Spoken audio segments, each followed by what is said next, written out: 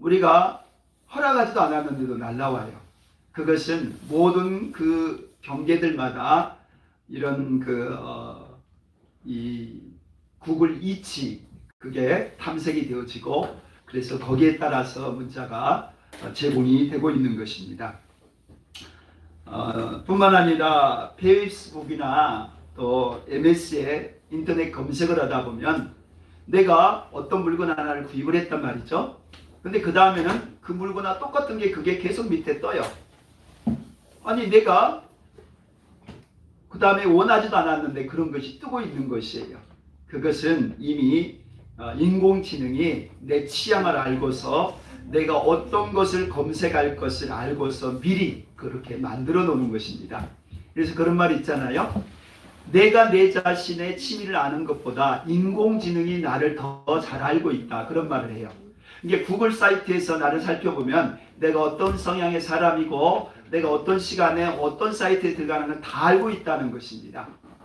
이 땅에 있는 모든 것이 이렇게 네트워크가 되어지면서 우리의 삶의 모든 것이 투명하게 이제 드러나는 그런 시대가 되었어요. 그런데 이 땅만 그런 게 아닙니다. 심지어는 하늘도 마찬가지입니다. 우주 시대가 개막이 됐잖아요. 이 우주에 우리 눈에 보이지 않는 인공위성이 엄청나게 많이 떠 있습니다. 지금까지 약 10,000여 개의 인공위성이 발사가 되었고 지금 궤도에 돌고 있는 것이 6,800여 개가 돌고 있답니다. 그리고 활동 중인 위성수는 2020년 8월에 2,787개가 돌고 있고 그 중에 17개가 우리나라 대한민국에서 발사한 그런 인공위성입니다. 그런데 놀라운 것은 앨런 머스크라고 들어보셨죠? 테슬라 차를 만든 사람입니다. 근데 그 사람이 지금 1,000개의 위성을 발사를 했고 앞으로 3만 개의 위성을 발사하겠다는 거예요. 그것은 전 세계에 인터넷이 안 되는 곳이 없을, 그래서 상감벽지에도 오지에도 선교지에도 인터넷이 되도록 하겠다. 물론 요금을 책정하고 있는 것이죠. 이게 통신사들이 앞으로 망하게 돼 있는 거죠. 말은 도시는 안 하겠다라고 하지만은 그렇게 되겠습니까? 가격 경쟁률이 있으면 다 사람들이 그쪽으로 가는 거죠. 그러니까 이제는 우주까지도 무한 경쟁의 시대가 되었다라고 하는 것입니다. 그런데 이렇게까지 과학이 발전한 시대이지만 우리는 우주를 너무 몰라요. 어떻게 만들어졌는지도 모르고요. 우주가 어떻게 계속 확장되고 있는지도 모릅니다. 더더군다나 모르는 것은 천국이 어디 있는지도 몰라요. 자, 오늘 본문을 보게 되면 9절 말씀 같이 읽어볼까요? 이 말씀을 마치시고 그들이 보는 데서 올려져 가시니 구름이 그를 가리워 보이지 않게 하더라. 아멘. 공중부양이라는 겁니다. 근데 기계장치가 있는 게 아니에요. 그냥 하늘로 올라가시는 거예요. 어떻게 이런 일이 가능하냐 이거예요. 사람이 그냥 하늘로 올라가는 거예요. 근데 성경 안에는 그러한 유사한 장면 하나가 있습니다. 엘리야라고 하는 선지자가 마지막 하늘나라 가기 전에 하늘로부터 불마차와 불수레가 내려옵니다. 어떻게 생겼는지는 모르지만 어쨌든 불마차, 불수레라 그렇게 말을 해요. 그리고 거기에 타고서 하늘로 올라갔어요. 그러니까 살아있는 사람이 하늘로 올라간 그 장면을 성경은 말해주고 있어요. 예수님이 공중으로 그냥 올라가셨다는 거예요. 공중으로 올라가셔가지고 어디 계시냐 이거예요. 그렇잖아요? 구름 위로 올라가셨다고 그러는데 그럼 구름 위에 어디 계셔야 될 거 아니에요. 근데 허업을 많은 경이 아니라 더 대단한 어떤 것이 나온다 할지라도 예수님의 자취를 찾아볼 수가 없습니다. 그래서 하늘로 올라가시니까 구름 속으로 올라가셨잖아요. 그래서 제자들이 어떻게 합니까? 하늘만 쳐다보고 있는 겁니다. 아니 우리 예수님이 어디로 가셨지 하고 하늘만 쳐다보고 있었어요. 그러자 갈릴리 사람들아 어찌하여 서서 하늘을 쳐다보느냐? 너희 가운데서 하늘로 올려지신 이 예수는 하늘로 가심을 본 그대로 오시리라 하였느니라. 아멘. 하늘이 몇 번 나와요? 3번 나와요. 근데 영어 성경에서는 앞에 하늘은 스카이 하늘이고요. 뒤에 2개 하늘은 헤븐이라고 하는 단어로 쓰고 있어요. 그러니까 예수님이 구름 위에 올라가신 것은 스카이라고 하는 공중을 말하는 거예요. 공중으로 올라가셨어요. 그래서 대기권을 벗어나신 거예요. 그리고 나서 가신 곳은 헤븐이라고 하는 천국이었어요. 물론 이 천국이라고 하는 것은 눈으로 보이지 않아요. 천사가 눈에 보이지 않지만 오늘 이 자리에 있을 수 있어요. 실제로 영안이 열려진 사람들은 천사가 함께 있다는 것을 본다고 그래요. 근데 우리 눈은 안 보여요. 안 보이니까 없어요? 아니에요. 눈에 안 보이지만 존재하는 거예요. 천국이 그렇다는 거예요. 천국을 우주 다 뒤져봐도 나오지 않아요. 왜냐하면 3차원의 세계 속에 존재하지 않기 때문에 그래요. 하지만은 존재하고 있는 거예요. 하나님이 눈에 안 보이시지만 살아계신 것처럼 마찬가지로 예수님도 공중으로 올라가셨는데 그게 바로 천국이었다라고 하는 것입니다. 데살로니가 4장 16절에는 주께서 호령과 천사장의 소리와 하나님의 나팔 소리로 친히 하늘로부터 강림하시니라. 아멘. 예수님의 모습이 부활하시고 나서의 모습은 살았을 때 모습하고는 달랐습니다. 그럼 우리가 천국에 가서 예수님의 모습을 보게 된다면 부활하셨던 그 예수님 그대로 보는 겁니다. 왜냐하면 하늘로 올려지신 그 모습 그대로 오신다고 그랬거든요. 그러면 부활할 때나 승천할 때의 모습은 지금 천국에 계신 예수님의 모습과 동일한 거예요. 그리고 그 예수님은 다시 오신다 이 말이에요. 그러니까 다시 오실 때 모습도 동일하다고 그랬어요. 그러니까 예수님을 우리가 보게 되면은 승천하셨던 예수님이나 천국에 계신 예수님이나 다시 오신 예수님이나 동등한 모습이다 라는 얘기예요. 그런데 데살로니가전서 4장에서 말하는 것은 마지막 날 이루어질 일을 보여주는 거예요. 재림의 날에는 온 천지에 나팔 소리가 울린답니다. 그리고서는 하나님의 나팔 소리에 친히 하늘로부터 예수님이 강림하신다라고 말씀을 하세요. 그러니까 예수님은 하늘로 올라가셨지만 하늘나라에 계시지만 다시 이 땅에 오신다라고 말씀을 하고 있는 것입니다. 그런데 성경은 그를 찌른 자들이 그를 볼 것이다 라고 말을 해요.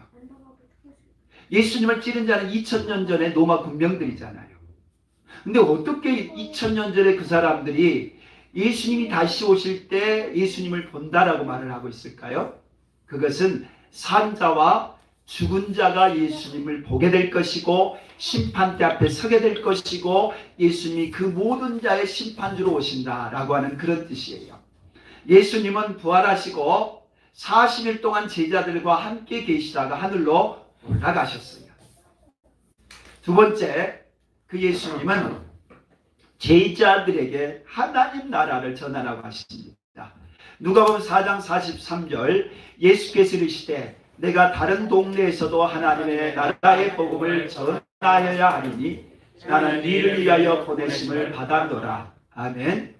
예수님이 이 땅에 오셨을 때 최초로 하신 얘기가 회개하라 천국이 가까웠다라는 얘기를 하셨어요. 하나님 나라가 가까웠다 그렇게 말씀했다는 거예요. 예수님 이전에는 그 누구도 천국 얘기를 하신 분이 없어요. 예수님이 오셔서 하나님 나라에 대한 얘기를 하셨다는 거예요. 그리고 나서 그 하나님의 나라가 이제 시작되었다라고 말씀하셨다는 거예요. 그리고 예수님은 3년 동안 그 하나님 나라의 복음을 전하려고 혼신의 힘을 다했다라고 말씀하십니다. 예수님은 하나님의 나라를 전하러 오셨어요. 무슨 나라요?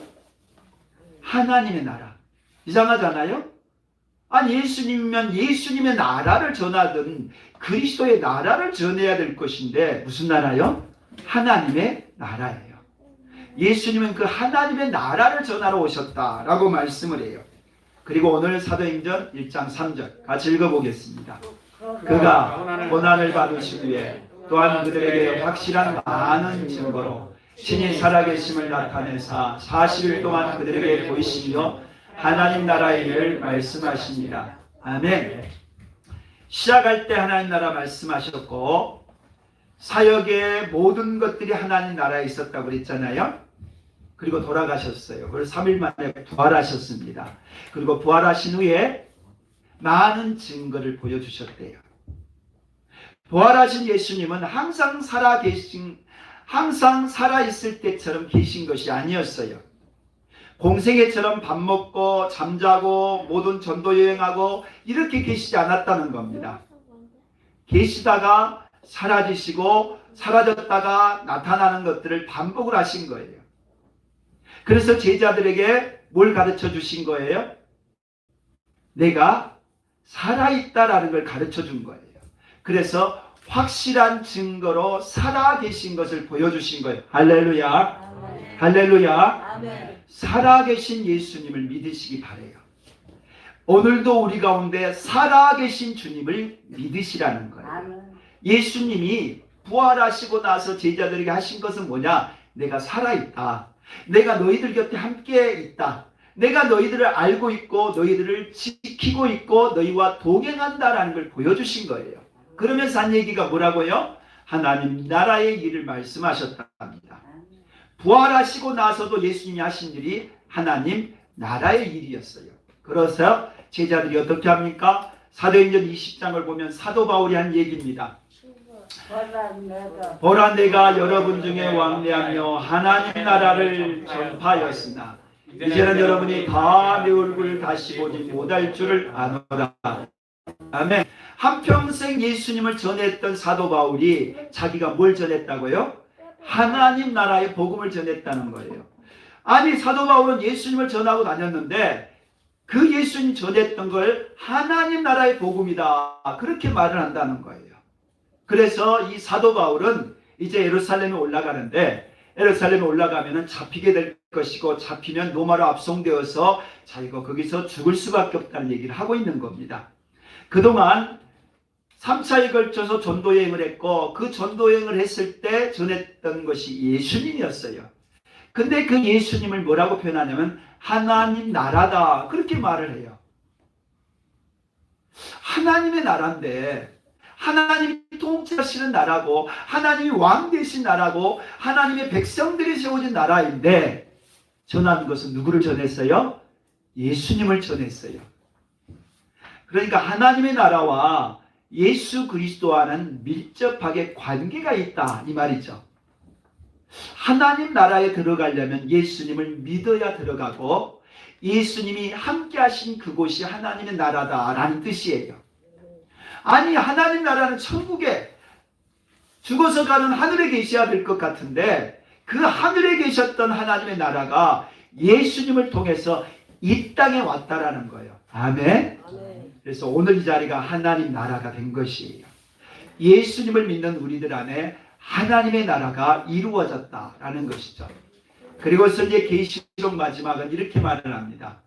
일곱째 천사가 나팔을 불매 하늘에 큰 음성이 나서 이르되 세상 나라가 우리 주와 그의 그리스도의 나라가 되어 그가 세세토록 왕노릇 하시리로다. 아멘. 주와 그런데 주가 하나님이란 뜻입니다. 그러니까 이 세상의 나라가 하나님 나라와 그리스도의 나라가 되었다라는 얘기예요. 우리가 살고 있는 세상 임금이 있고 대통령이 있고 통치자가 있어요. 근데 지금은 세상 왕이 다스리고 그 배후에 마귀가 지배를 하는 세상이지만 이런 세상 나라가 장차 어떻게 된다고요? 하나님의 나라, 그리스도의 나라가 된다는 거예요. 할렐루야. 오늘 우리가 복음을 전하는 이유가 어디에 있어요? 온 세상에 복음이 전해져야만 하나님의 나라가 이 땅에 완성이 되는 거예요. 우리들 안에 하나님의 나라가 이루어졌어요. 그게 바로 예수님을 믿는 자들 안에 하나님이 함께 하시는 거고 하나님이 함께 하신 그곳이 하나님의 나라가 된 것이에요. 그러기에 교회 안에 하나님의 나라가 이루어졌고 예수님을 모신 우리 가정 안에 하나님의 나라가 이루어진 것이에요.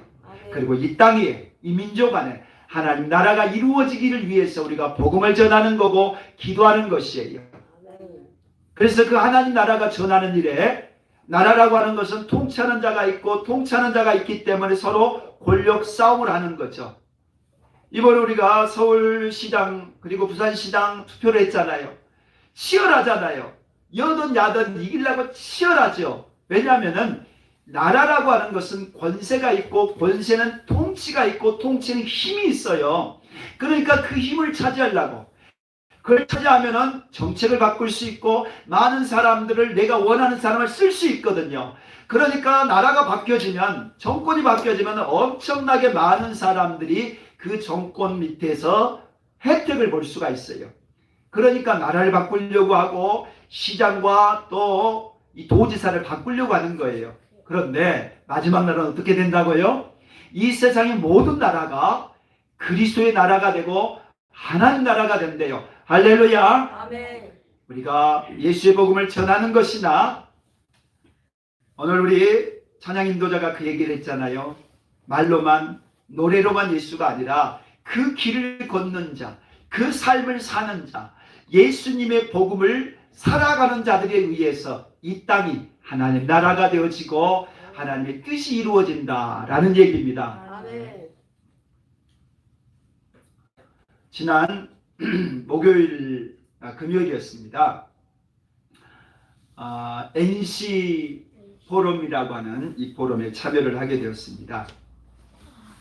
NC 포럼은 지금 1개월 정도 되셨다고 그러는데, 연변 과학의대 교수들이 이제 그 연변에서 쫓겨나서 또는 더 이상 사역을 할 수 없어서 한국에 온 것입니다.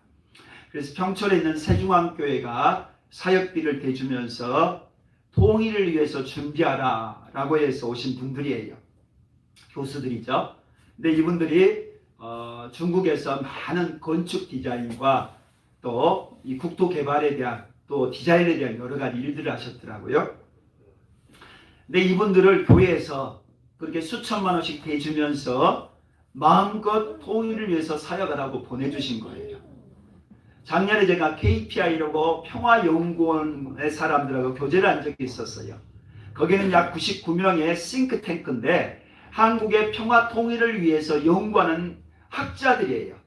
그리고 그들 중에는 군인 전문가도 있고 법률 전문가도 있고 교수들도 있고 여러 가지 전문가들이 통일 이후에 어떠한 사회가 돼야 될 건가를 준비를 하고 있어요. 그런 분들은 이 정신의 영역, 법률의 영역이라고 한다면, 이번에 만났던 NC 포럼의 이 플랫폼을 지향한 사람들은 이 하드웨어 쪽에서 건축 디자인 그리고 DMZ를 어떤 식으로 개발을 해야 될 것인가에 대한 그런 준비를 하고 있더라고요. 저희는 주빌리에서 기도를 하고 있지만 기도만으로 되어진 건 아니잖아요. 실제로 가서 살아야 되고 실제로 모든 것을 행할 사람들이 필요하잖아요. 그래서 하나님께서 이 모든 걸 준비하고 계시다라는 마음이 들었어요. 다시 말하면 종말이 속히 온다라고 말하는 사람들이 있어요. 그리고 당장 올 것처럼 그렇게 사람들, 현혹한 사람들이 있는데 그건 거짓말이에요. 아니, 북한도 복음화가 안 됐는데, 중국과 아시아가 복음이 안 됐는데 언제 주님이 오신다는 거예요. 주님이 오시려면 모든 나라의 복음이 전해져야 되고 모든 나라가 그리스도 앞에 돌아와야만 하는 거예요. 물론 100% 돌아온다는 뜻이 아니에요. 그러나 복음이 전해져야 되고 그들이 예수님께 돌아오는 나라가 되어져야만이 예수님이 오실 수가 있다라는 얘기예요. 그런 점에서 북한은 반드시 열려지게 되어 있어요. 그리고 북한을 통해서 세계 복음 전환 역사가 일어나는 거예요. 왜냐하면 그것이 주님이 원하시는, 주님이 명하신 뜻이기 때문에 그래요. 예수님은 부활하시고 하나님 나라를 제자들에게 전하라고 하셨어요.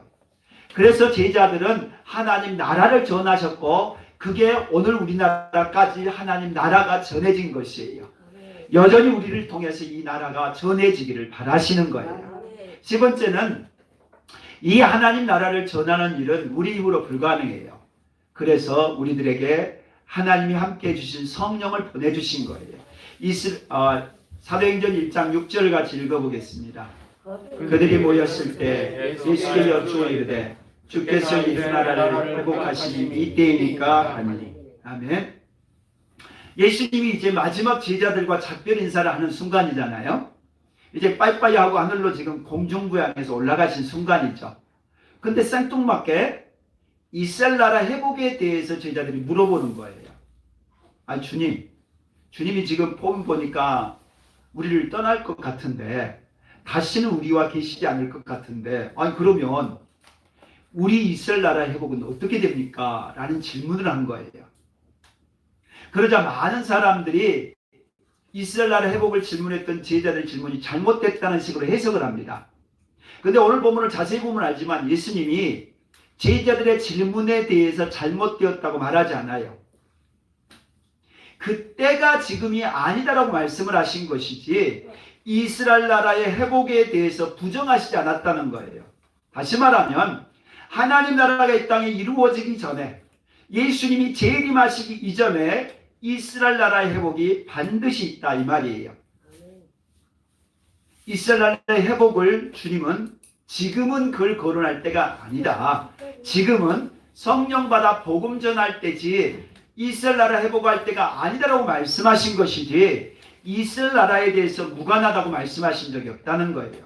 그런 점에서 1948년에 이스라엘이 나라를 세웠던 것이나 또 전 세계에 흩어져 있는 이스라엘 사람들이 지금 이스라엘로 몰려드는 것은 재림의 징조요 종말의 현상인 것은 분명해요. 왜냐하면 이스라엘 나라의 회복이 이루어져야 되기 때문에 그래요. 근데 여기서 말하는 이스라엘 나라의 회복은 1948년 나라의 건국 정도를 말하는 게 아니에요. 오산나 다윗의 자손이여 우리들에게 임하여 달라고 했던 그 기도처럼 예수님이 예루살렘에 재림을 하셔서 통치하시고 온 세계 열방이 예루살렘에 몰려와서 예수님께 경배하는 그 나라를 이스라엘 나라 회복이다 라고 말을 하는 거예요. 그러니까 정치, 경제, 종교적으로 이스라엘이 완전히 회복되어져야만 이스라엘의 회복이 이루어진다라는 거예요. 근데 지금 예루살렘에 가면 모스크가 있어요. 모슬렘들의 3대 모스크 중에 하나예요. 근데 그 자리에 성전을 짓고 싶지만 성전을 지을 수가 없어요. 왜냐하면 3차 전쟁이 일어날 수밖에 없기 때문에. 그러니까 아직 모스크도 해결되지 않았고 여전히 아직도 믿지 않는 사람들이 많은 상황이기 때문에 이스라엘 회복의 시간은 아직 남아있다라는 얘기예요. 사도행전 1장 8절 읽어보겠습니다. 너희가 권능을 받고 예루살렘과 온 유대와 사마리아와 땅끝까지 이르러 내 증인이 되리라 하시니라. 아멘. 땅끝이라고 말씀합니다. 그래서 항상 역사적으로 기독교 문명은 땅끝이라고 하는 것을 통해서 복음을 전했어요. 사도 바울의 땅끝은 서바나야, 스페인이었어요. 로마였고. 그래서 땅끝까지 가서 복음을 전한 거예요. 그리고 중세시대의 땅끝은 영국과 독일이었어요. 그래서 영국과 독일이 중세시대 이후로 복음이 전해져요. 그리고 영국과 독일의 복음이 땅끝이라고 생각하는 것이 아메리카 대륙이었어요. 미주와 남미의 복음이 전해진 거예요. 그리고 미주 지역에서 땅끝이 아시아였어요. 그래서 아시아까지 복음이 전해진 거예요. 그리고 아시아의 변방인 이 일본과 필리핀과 그 중에 대한민국이 복음을 받아들인 거예요. 근데 이 아시아의 중심 국가인 중국과 인도와 또한 이 파키스탄 같은 모슬렘 국가는 아직도 예수를 믿지 않아요. 믿는다 하더라도 극소수예요. 그런 점에서 대한민국은 아직도 이 사명을 가지고 있고 하나님이 결코 대한민국 교회를 내버려 두시지를 않아요. 왜냐하면 이 땅끝에 복음 전할 사명이 우리 대한민국에 있기 때문에 그렇습니다. 땅끝을 향해서 복음을 전하라고 그렇게 말씀을 하시고 우리의 교회도 이 일에 작지만 동참을 하고 있는 것이죠. 사도행전 1장 5절 같이 읽어봅니다. 요한은 물로 세례를 베풀었으나 너희는 몇 날이 보되어 성령으로 세례를 받으리라 하셨느니라. 아멘. 이 모든 일들은 우리의 힘으로 할 수 없는 것이에요. 어떻게 우리가 북한을 선교하고 우리가 어떻게 저 아프리카와 또 이 아시아를 선교할 수 있겠어요? 우리가 지극히 적은 거 헌금하는 것도 끙끙거리고 힘들 정도인데 어떻게 우리가 그 놀라운 일을 할 수 있겠어요? 그러나 하나님이 하시는 것이에요. 어떻게요? 성령 받은 사람을 통해서. 그래서 성령으로 세례받을 거라고 말씀하시는 거예요. 우리는 성령의 충만함을 구해야 되고 성령의 능력에 힘입어서 복음을 전하는 자가 되어야 할 것이에요. 성령은 위로 임하시는 게 있고 내적으로 임하시는 것이 있어요. 그래서 성령을 받으면 우리 내적으로 평안이 임하는 거예요. 우리 내적으로 구원의 확신이 임하는 거고 내적으로 예수님이 살아계신 것을 확증할 수 있는 것이에요. 그러니까 그것만으로 충분하지 않아요. 외적으로 임하시는 성령의 권능이 임하셔야 돼요. 그래서 그 권능을 받아서 복음을 전하는 것이고 예수님을 위해 살아갈 수가 있는 것이에요. 아멘. 예수님을 믿는 자에게 성령이 함께 하시는 것이고 성령이 함께 하실 때 하나님의 나라가 이루어질 수가 있어요. 아멘. 오늘 우리가 지난주에 말씀할 때 복음의 증인되라고 말씀을 하셨어요. 우리가 복음 증인이 되지 못한다면 둘 중에 하나예요. 내 안에 예수님이 안 계시든지 예수님이 계심에도 불구하고 성령의 능력을 사모하여 받지 못했기 때문에 그래요. 성령을 받은 사람은 예수를 믿는 사람은 가만히 있을 수가 없는 거예요. 내가 믿었던 예수, 나에게 이루어진 하나님의 나라를 전하는 자가 되어야 한다는 것이죠. 말씀 마치고자 합니다. 주보에 전두환 대통령의 둘째 아들 전재용 씨에 대한 글을 썼습니다. 이분이 신대원을 가겠다고 하니까 목회자들 중에서 욕을 하거나 비난하는 분들이 계셨습니다. 특히 전두환 대통령으로 피해를 받았던 사람들 중에 그러한 현상들이 많이 나타나고 있습니다. 당연히 피해를 입었는데 그리고 전재용 씨만 해도 많은 그 빚을 졌고 부도가 나서 감옥에 있다가 예수를 만났던 분입니다. 그러자 많은 분들이 설왕설래하면서 그 전두환 대통령의 그 못된 모습들 29만 원밖에 없다고 하면서 별짓을 다 하는 것에 대한 욕을 하면서 그 아들까지 싸잡아 욕을 하는 거예요. 그래서 저는 그렇게 글을 네이버에다 쓰고 이 주보에다 썼습니다. 그분이 회개한 것에 대해서 그분이 감옥에서 예수 만난 것에 대해서 그래서 그 부인의 기도 따라서 그가 이제 주님의 길을 가겠다고 하는 이 결심에 대해서 누구도 쉽게 판단할 수 없다는 거예요. 그분이 예수님을 믿고 그분이 성령으로 거듭나서 그분이 주의 종이 되겠다라고 했을 때 그 진실성의 여부를 누가 판단하겠냐 이거예요. 본인이 아는 거고 하나님만이 아실 일이에요. 주의 종의 길이라고 하는 것이 영광받고자 하는 길이 아니고 자기 자신을 쳐서 복종하면서 가겠다고 하는 길인데 그 선택에 대해서 이리라 저리라 말할 수 있는 권한이 우리에게 없다는 거예요. 더더군다나 두 번째 중요한 것. 한 영혼의 회개와 한 영혼의 가치는 천하보다 귀하다고 그랬어요. 그러니까 한 사람이 예수 믿어 죽게 돌아왔는데 그것에 대해서 박수하고 환영하고 칭찬해 줘야 되지 그의 아버지가 어땠다느냐 해가지고 비난할 건 아니라는 거예요. 다만 최근에 예수를 믿는다라고 하면서 신학을 하겠다라고 해가지고 구설수에 오르는 사람들이 많아요. 대도라고 하는 사람도 예수 믿겠다고 했다가 또 똑같이 거짓말하고 도둑질하다 걸렸고 또 고문치사 혐의를 했었던 그 사람이 목사가 되어졌다고 해서 나타난 적이 있었고 또 이렇게 우리 주변에는 강도였다가 조폭이었다가 여러 가지로 비난과 구설수를 받다가 예수를 믿는다는 이유로 신학을 하겠다라고 또 간증을 하는 사람들이 있어요. 근데 지켜봐야 되는 거예요. 진짜 그런지 안 그런지를 지켜봐야 되는 거예요. 이분도 마찬가지입니다. 이분의 이 결심이 이 고백이 진실성 있게 되어져서 한국 교회와 또한 모든 이들에게 유익이 될 수 있도록 우리는 기도해 줘야 될 것입니다. 말씀을 정리하면서 마지막 예수님 부활하시고 40일 만에 승천을 하셨습니다. 그리고 부활하신 예수님은 제자들에게 사명을 주셨습니다. 하나님 나라를 전하라는 거죠. 하나님 나라의 복음을 전하라고 제자들이 그 사명을 받은 것입니다. 근데 제자들은 예수님을 전했죠. 하나님의 나라는 예수님을 통해서 오게 된다는 거죠. 그 예수님을 전할 수 있도록 성령을 보내주셨습니다. 그래서 우리는 성령 받아 예수님의 증인으로 살아가야 하는 것입니다. 오늘도 우리가 이 자리에 있는 것은 부활하신 예수님께서 하나님의 나라를 전하라고 우리를 불러주셨고 성령을 보내주셔서 예수님의 증인되라고 하신 것이에요.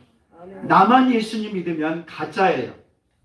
진짜는 가만히 있을 수가 없는 거예요. 내가 믿는 예수를 어떤 식으로든지 간에 전하게 되어 있어요. 그게 살아있는 것이고 산 믿음이라고 할 수 있는 것입니다. 부활하신 주님이 한 사람으로 시작을 해서 12명의 제자가 온 세상에 복음을 전했던 것처럼 오늘 우리들도 예수를 믿을 뿐만 아니라 예수님의 증인으로